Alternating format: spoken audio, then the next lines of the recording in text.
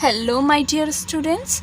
सो आज हम कंटिन्यू करने वाले हैं acid base and salt chapter के नेक्स्ट पॉइंट को बेसिसिटी के बेसिस पे, जिस पे हमें डाई बेसिक एसिड के बारे में आज समझना है। इससे पहले वाले वीडियो में हमने एसिड क्या होता है, बेसिक क्या होता है, उसका प्राइमरी डेफिनेशन देखा था। अलॉन्ग विद एसिड्स को हमने स्टार्ट किया था उसका केमिस्ट्री के लैंग्वेज में what is its definition. Along with हमने देखा था कि एसिड्स को बेस्ड ऑन सोर्स कैसे क्लासिफाई किया जाता है, and we were discussing about on the basis of the basicity के बेसिस पे हमने डिस्कस किया था। वहाँ पे हमने मोनोबेसिक एसिड्स के बारे में समझा था। सो कंटिन्यू करते हैं उसको, और अब हम स्टार्ट कर रहे हैं डाई बेसिक एसिड। तो हमने सीखा था कि मोनोबेसिक एसिड्स वो एसिड्स होंगे जिनमें वन रिप्लेसेबल हाइड्रोजन होगा, या फिर कह सकते हो कि वो एसिड जब बेस से रिएक्ट करेगा या पानी से रिएक्ट करेगा तो यहाँ पे क्या हाइड्रोनियम आयन बनाएगा, एक हाइड्रोनियम आयन बनाएगा, तो उसको हम कहेंगे monobasic acid. Now dibasic acids क्या होते हैं? तो डाई बेसिक नाम से ही बता रहा है, डाई मतलब टू। तो dibasic acids are those acids which contain two replaceable hydrogen atom per molecule. ठीक है, तो उसमें दो हाइड्रोजन होंगे जो रिप्लेस हो सकते हैं in their respective aqueous solution. Aqueous solution में वो दो अपने हाइड्रोजन को रिलीज करेंगे, यानी हम ये भी तो कह सकते हैं कि वो दो हाइड्रोनियम आयन का यहाँ पे फॉर्मेशन करेंगे। ठीक है, अब इसके एग्जाम्पल्स देख लेते हैं। तो first example is the ionisation of sulphuric acid. Sulphuric acid का फॉर्मूला क्या होता है? तो सल्फ्यूरिक एसिड आपका होता है H2SO4। ठीक है, अब यहाँ पे तो दिख रहा है कि आपके यहाँ पे कितने हाइड्रोजन हैं? दो हाइड्रोजन है, और यही दो हाइड्रोजन क्या हो जाएंगे? रिप्लेसेबल है। ठीक है, अब देखो इसका रिएक्शन आपको देखना है। वैसे आपके एग्जाम्पल क्या क्या है यहाँ पे दिए हुए हैं। H2SO4 हो गया, H2SO3 हो गया, और H2CO3। ठीक है, अब देखो यहाँ पे हो क्या रहा है। जब H2SO4 टूटता है पहले स्टेप में, तो क्या है, पहले वो अपना एक हाइड्रोजन यहाँ पे रिलीज करता है। तो देखो जो भी आपके कंपाउंड बनते हैं वो कैसे बनते हैं? कैटायन और एनायन से मिलके बनते हैं। तो H पॉजिटिव निकला, दैट इज़ वन, और उसके अलावा जो भी बचा है वो क्या हो गया? नेगेटिव के फॉर्म में आ गया। चार्ज बैलेंस रहता है, इसलिए यहाँ पे पॉजिटिव एक प्लस चार्ज है, तो यहीं पे एक नेगेटिव चार्ज है। दूसरी बात यहाँ पे देखो, अब जो आपके पास एंटाइटी बचा है वो क्या है आपका? ये।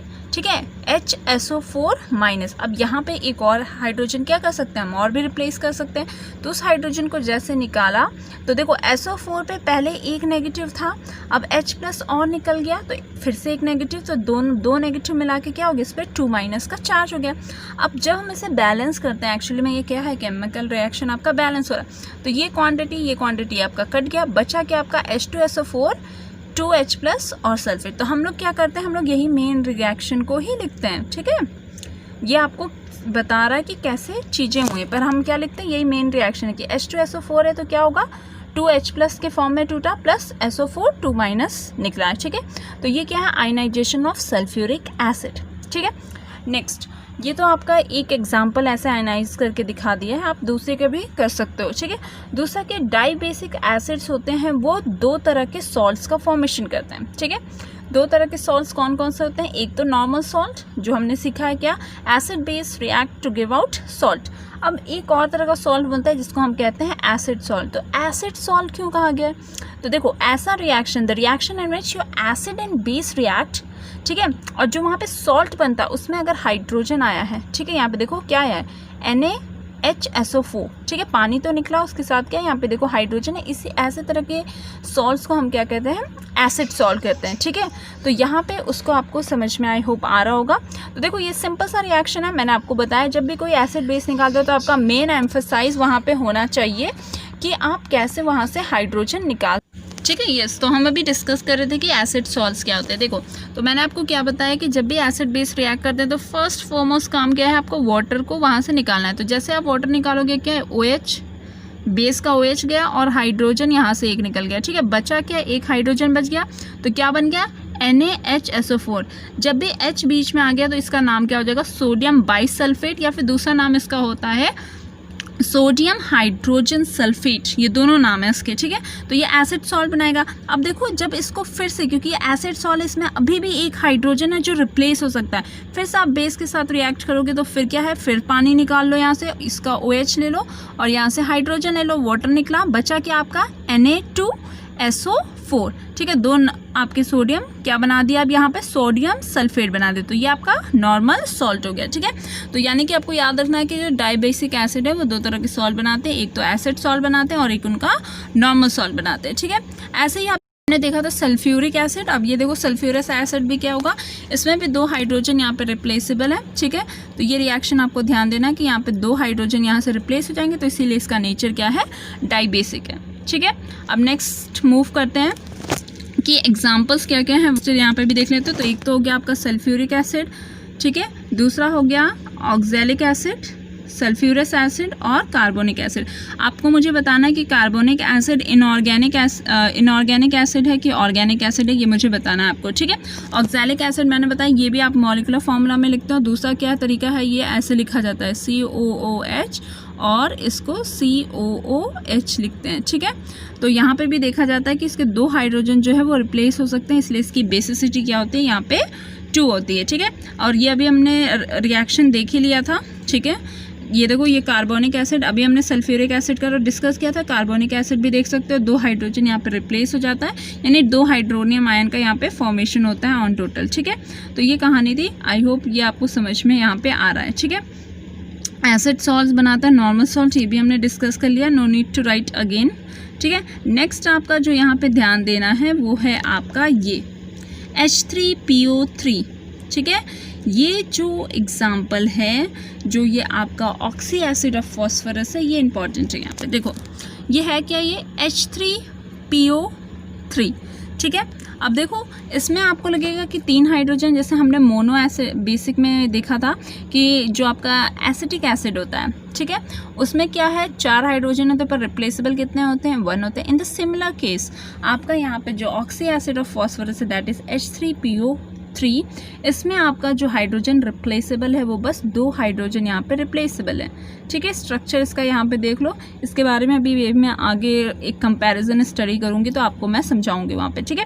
तो यहाँ पे याद रखना कि H3PO3, हालांकि इसमें 3 हाइड्रोजन है, but the basicity is 2। Why 2? Because 2 hydrogen is replaceable, ठीक है, 1 हाइड्रोजन यहाँ पे रिप्लेसेबल नहीं है। तो एक इंपॉर्टेंट एग्जाम्पल है जिसको आपको यहाँ पे ध्यान रखना है, ठीक है। नेक्स्ट, अब ये कहानी थी आपके डाइबेसिक एसिड्स के बारे में, ठीक है। अब नेक्स्ट टॉपिक पे मूव करते हैं, दैट इज ट्राइबेसिक। ट्राइबेसिक का मतलब क्या हो जाएगा, सिंपल, जब मोनोबेसिक था तो 1 हाइड्रोजन रिप्लेसेबल था, डाइबेसिक तो 2 और ट्राइबेसिक में क्या हो जाएगा 3। तो ठीक है, acid which on ionization in water produces 3 hydronium ions per molecule of an acid are called tribasic acid, ठीक है। तो उनको क्या कहेंगे, ट्राइबेसिक एसिड कहेंगे, जो जिनके 3 रिप्लेसेबल हाइड्रोजन होंगे, या फिर हम कह सकते हैं दूसरे तरीके से कि वो 3 हाइड्रोनियम आयंस बनाएंगे पर मॉलिक्यूल, ठीक है। तो इसका एग्जाम्पल क्या है, ये है आपका फॉस्फोरिक एसिड। इसका फॉर्मूला क्या है, H3PO4। अभी हमने ऊपर वाला देखा था, क्या था, H3PO3 था और उसकी बेसिसिटी 2 थी। तो यहाँ पे क्या है, H3PO4 हो गया, तो इसकी बेसिसिटी क्या है, 3 है, ठीक है। तो ये कहानी आपको यहाँ पे समझ में आ गई, ठीक है। अब नेक्स्ट मूव करते हैं कि आयनाइजेशन ऐसा कैसे होता है, ठीक है। तो आयनाइजेशन को अगर हम देखेंगे तो इसका हाइड्रोजन, 1 हाइड्रोजन निकालते जो हर स्टेप में, बचेगा क्या, H2 और PO4 के ऊपर 1 माइनस। क्यों 1 माइनस, क्योंकि हाइड्रोजन H प्लस हुआ है और यहाँ पे माइनस, ठीक है। अब फिर से यही क्वांटिटी को यहाँ पे लो और इसको तोड़ो। Now when you are going to break it in positive, यानी कि कैटायन और एनायन में, तो व्हाट विल गो, कि आपको क्या करना है, 1 हाइड्रोजन H पॉजिटिव, अब PO4 पे 1 नेगेटिव है, अब H पॉजिटिव जैसे निकला, इस पर नेगेटिव पे एक और नेगेटिव आ गया, तो यहाँ पे क्या हो जाएगा, 2 माइनस हो जाएगा, ठीक है। Are you getting my point. ऐसे ही अब इसको फिर से यहाँ पे लिख दिया, ठीक है, क्योंकि अभी भी इसमें एक हाइड्रोजन है जो रिप्लेसेबल हो सकता है।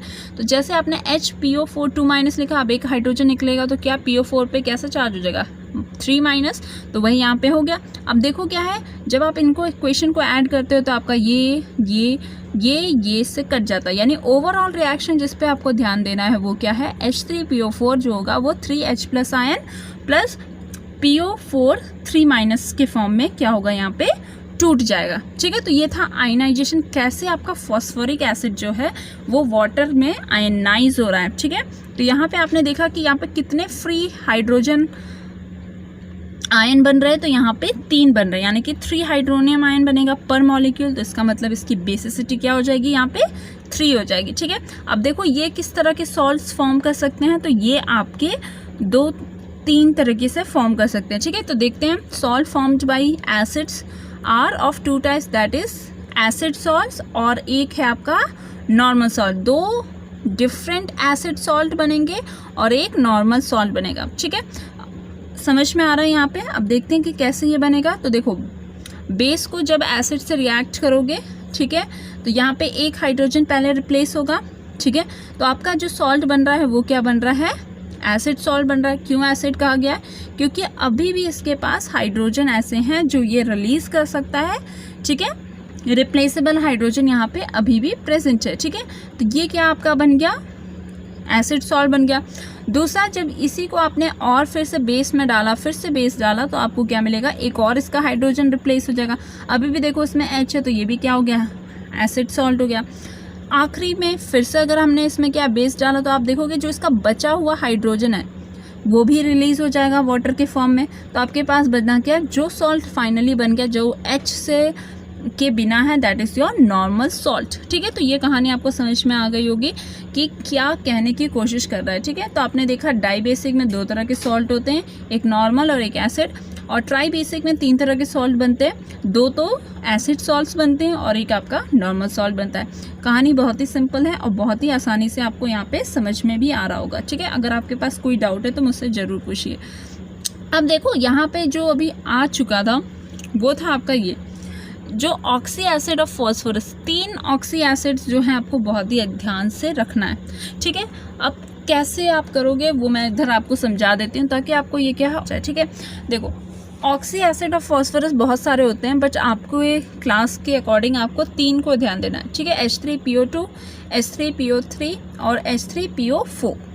दूसरी बात आपको यहाँ पे ध्यान देना है कि फॉस्फोरस जो होता है वो पेंटा, ठीक है, 5 बॉन्ड फॉर्म करने के लिए केपेबल है, यानी कि phosphorus is capable of forming 5 bonds. ठीक है, 15 ग्रुप का एलिमेंट है। लास्ट शेल में यानी बैलेंस शेल में इसके कितने होते हैं, 5 इलेक्ट्रॉन्स होते हैं। तो ये 5 बॉन्ड बना सकता है, ये बात आपको ध्यान देना है। ठीक है, 1 2 3 4 5। ठीक है, इसको अगर आपने ध्यान दिया तो आप ये अच्छे से कर लोगे। ठीक है, अब देखो फॉस्फोरस का मेन यहाँ पे जो आपके ऑक्सी एसिड्स हैं फॉस्फोरस में, उसको आपको ध्यान देना है कि फॉस्फोरस का एक ऑक्सीजन के साथ डबल बॉन्ड का फॉर्मेशन होगा। ठीक है, तो आपने डबल बॉन्ड उसमें लगा दिया। ठीक है, देखो सब में कॉमन है डबल बॉन्ड ऑक्सीजन का, और जो बचे हुए बॉन्ड है उनको आपको यहाँ पे बनाना है। ठीक है, तो ये 3 बॉन्ड बन गए।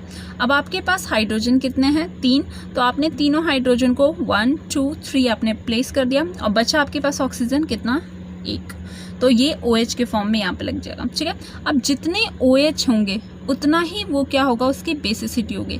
तो इसमें देखो H3PO2 में क्या है, एक OH रिप्लेसेबल है, तो इसकी बेसिसिटी क्या हो जाएगी, मोनोबेसिक हो जाएगा, यानी 1 हो जाएगा मोनोबेसिक। H3PO4 में अगर हमने 2 डबल बॉन्ड से ऑक्सीजन को जोड़ दिया, एक हाइड्रोजन हो गया, एक हाइड्रोजन और OH, तो यहाँ पे आप देखते हो कि यहाँ पे कितना है, 2 OH ग्रुप अटैच है, तो इसकी बेसिसिटी क्या हो जाएगी, 2, यानी डाई बेसिक नेचर होगा। और H3PO4 की बात करें तो यहाँ पे 3 OH ग्रुप जो हैं वो आपके फॉस्फोरस से अटैच है, इसके मतलब यहाँ पे इसकी बेसिसिटी क्या हो जाएगी, 3, यानी ये ट्राई बेसिक नेचर का होगा। तो आई होप यहाँ पे जो कॉन्सेप्ट मैं आपको समझाने की कोशिश कर रही हूँ वो आपको समझ में आ रहा है। आपको क्या फोकस करना है कि फॉस्फोरस जो है वो 5 बॉन्ड बनाएगा, ऑक्सीजन के साथ उसका डबल बॉन्ड बनना है, फिर बाद में आपको क्या करना है, सारे ग्रुप को अटैच कर देना है। ठीक है, so that's all for in this video. I hope आपको सारे की कॉन्सेप्ट यहाँ पे समझ में भी आ गए होंगे। And stay tuned in the channel and like share and subscribe.